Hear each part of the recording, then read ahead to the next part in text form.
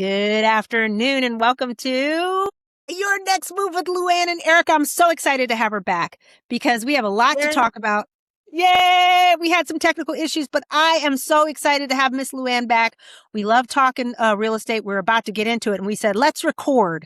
We were talking about open permits today and structural issues that may come up in your property. It happens in New Jersey. It happens in North Carolina, structural issues. And in North Carolina, we have due diligence, which you don't want to lose your money. You don't want to have to walk away from a deal because of structural issues. So open permits are something you can check on and see if it's there. So that's what we were getting into. Yep.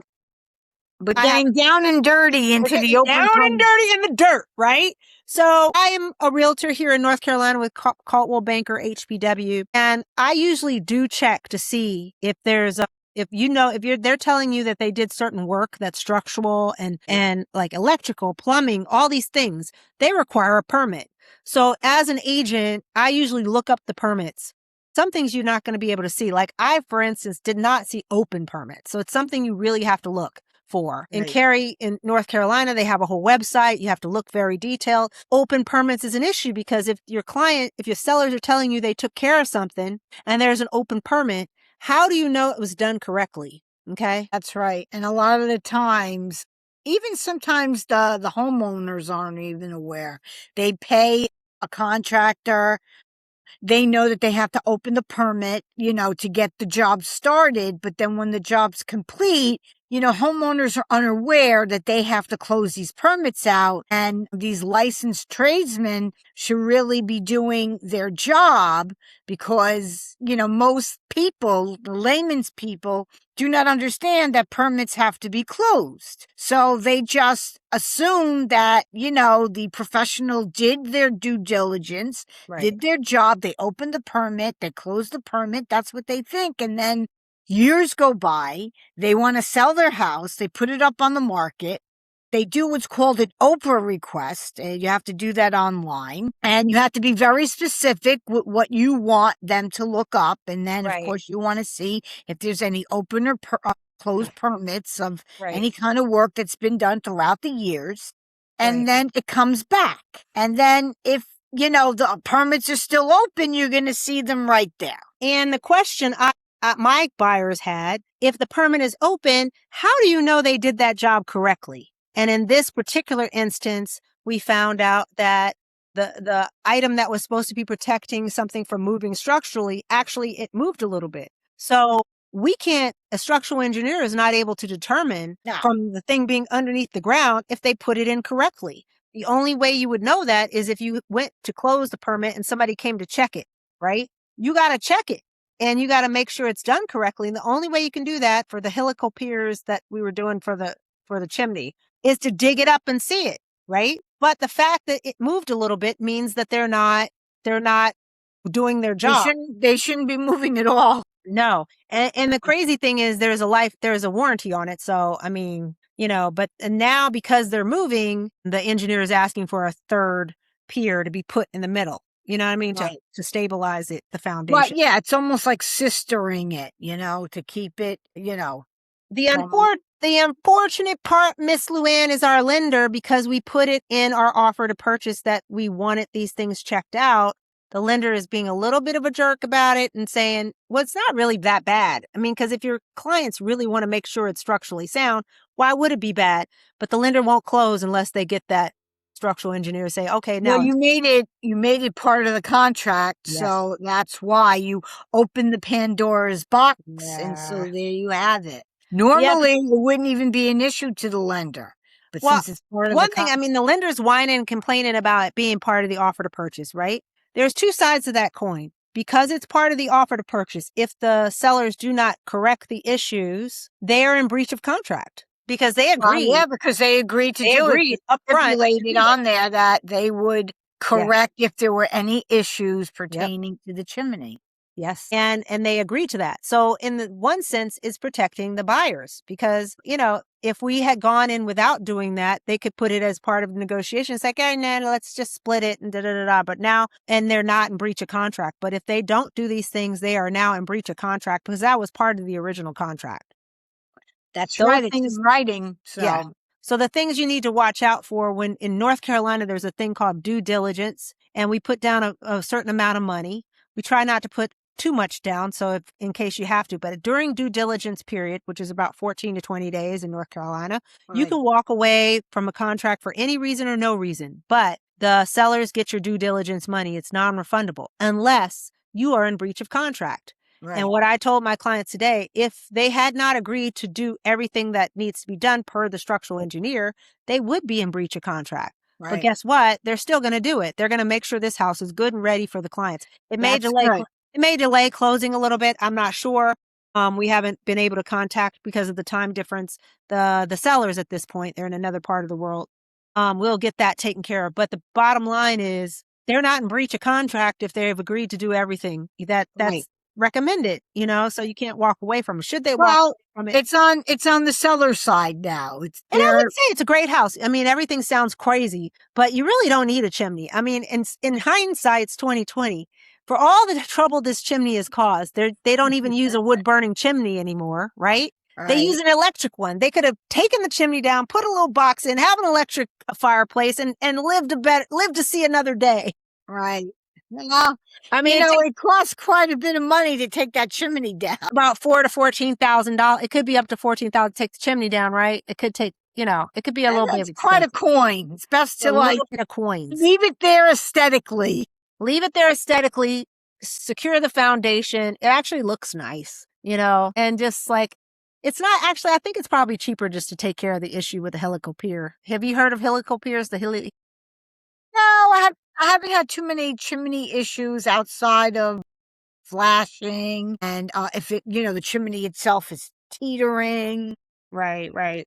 The teetering. Yeah, teetering. That's what it was. Yeah, It's like girl, slight. And it's funny, it's not even like that big of a teeter, but it's just enough where you're like, what's going on with this? Just a little bit. It's pretty slanted. So, one of them I did, but they secured that part of it, the cellars, and so we were able to close. But I've had some chimney flute issues. Flue issue. So we're actually, the whole chimney the flues has to be replaced. It's like a pretty big chunk. The chimney has to be, the mortar's being repaired. There's a whole Right. bunch of things being fixed with that damn chimney. Yep. I mean, I will say, by the time you're done, you might be cheap. I mean, it might have been cheaper or even to take it down. Those dang chimneys. Dang chimneys. But anyway, so there are certain issues that you have to, if you're a buyer and you have a Right. savvy realtor as your agent, you want to look underneath the house in the crawl space. You want to make sure, that the plumbing doesn't have the crazy how do you say it? Polybutylene? The PVC pipes. Yeah, make sure it has the right piping, copper piping, and Yeah. in this particular house, it had a sump pump in the crawl space.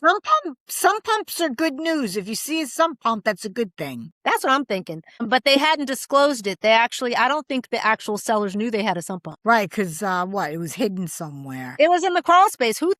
And then when I brought it up, they were like, "We don't have a basement." That was exactly their response. We don't have a basement. Like, they just thought sump pumps were in basements, but there's a sump pump in your crawl space. So Yeah. I had to tell. I was like, actually, I'm happy there's a sump pump. They typically put the sump pump in the lowest part of the house because that's where the water would begin. Yeah. So- And then if it fills up, then it drains and boom. You know what I mean? But Yeah, there was no evidence of it it's a even having bucket. enough water. It's a bucket, and so it goes beneath the ground floor. So when it's the lowest part of the house, the water starts kicking up here before it gets up to the floor.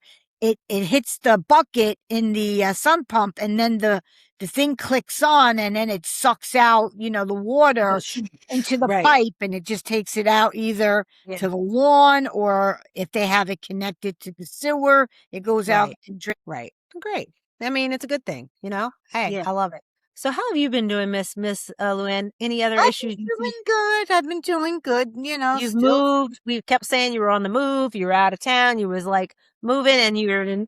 Woo! Speaking of people, that's the seller's agent, but we're going to talk to her later. I will tell her I'm going to call her back. But anyway, this is really your topic because you've done a lot of renovations, and Oh, yeah. it's something. I'll tell her. Yeah, I've done more than I care to admit. Yeah. I mean, you do your thing. Yeah, I mean, there's a lot of drama when it comes to, things that require construction. Yeah, it's a Anything lot of going on in New Jersey? I'm telling her I'm calling right back. This is like, oh, hello everybody. New Jersey. There's, the lower end properties, the ones that are listed at like under 5, like 499. Mhm, That's like the sweet spot right now around mhm, here. And mhm. those properties are moving very quickly with multiple offers. Yeah. Houses, into the 6s, 7s, like that. They kind of muster around on the Mhm. market a little bit, not, unless it's a really good deal, like say say it's an $800,000 property and it's listed for like 725 or 750, that'll Right. get some traction. But the ones that are at market or maybe higher than market, because the buyers have not, the sellers have not caught up to the market. The buyers are realizing now that the market is shifted, at least in New Jersey. It's And in shifted. North Carolina too, certain areas for sure. Yeah. It's shifting, and there are houses that are sitting on markets that are not moving, and the buyers are realizing that, and they're waiting. They're not jumping to buy. They go back, they see it a couple of times, and you're on the hopes that they're going to put an offer in. But I've been showing these buyers probably for the last 3 months, 3 months, and still not pulling the trigger. Sorry. Yeah. I mean, I had a few. I have a property that just got listed and we're just doing our dangdest, but we're basically gonna offer a rate buy down on one I'm doing in the 6s. There's gonna be a rate buy down and some, flex cash to try and sweeten the deal for them because we need to sweeten the deal. Sometimes it's not always the price of the house, it's the terms. So Right. maybe you can attract somebody who wants to get in but has a hard time with the closing costs or like the interest rate for a little bit, help them out a little bit if you can, So Right. some of the lenders are willing to chip in on that. That's something to check out. But, Yeah. So it is now shifting to a buyer's market Right. and the sellers are still wanting what they want for their house, of course, because they want to move. It's just, I find that the market goes like up and down. I've been in this particular neighborhood. Look, I've been painting. Look at what I Yeah. do for my clients. I went and Yeah. touched up some paint I today. don't have any paint on my hands, but Yeah, I touched up paint today because we had to retake some photos for our listing. But you got to come correct, just like that. You got to touch the paint up. You got to make sure there's no mold on your house. There's a whole bunch of stuff you got to present your house. Well, I always tell my sellers, do the work now, because if you want to wait till you get an offer and then it goes in under contract, and then like when the home inspector gets there and he starts poking around and doing his thing, you're not going to be able to do these things yourself. You're not going to call, Brother Bob You're not going to be able to take come your in, time. You're not going to be able to take and just do You're what going to you be on need the to do. defensive instead of the offense. You want to be on the offense instead of the defense. Right. And, if you listen to us and just get it checked out and fixed before you go on market, it would save us so much headache and it would save us. And then now, you can't get Brother Bob to do anything. You have to call licensed tradesmen. Because They they're have going to to come require it. in. They Yep. have to write a report. They have to give an estimate. The best thing you can do at that point is just get the estimate and give them a credit towards it. Yep, that's it. This way you don't have to be bothered, Unless you're us and you need to have that to close. Wow. All these matters are predicated to getting done for closing, because the buyers are not going to be putting up with, work that isn't done correctly. They want it done before they move in. So They're apprehensive. They're apprehensive as it is. yes. You don't want to escalate the matter. Don't escalate the matter. In that sense, we are done with today, but we're going to be back and I have some guests coming on next week. I have the stager. This is before Luann confirmed that she could work her mic, but we'll be back. I got the stager and I have a lone guy, Mr. Cam the Man, coming back next week. Cam the Man. I'm going to see if you can come on with Cam the Man. You might like, he can fund things in your area too, by the way. Oh, okay. Cam the Man's coming back. And looking forward to that. This is Your Next Move with Luann and Erica, and I'm just so happy to be back and so happy to have my buddy back. And we figured it out, and we'll Yep. see you next time with Your Next Move. Talk Bye-bye. to you later. Bye-bye.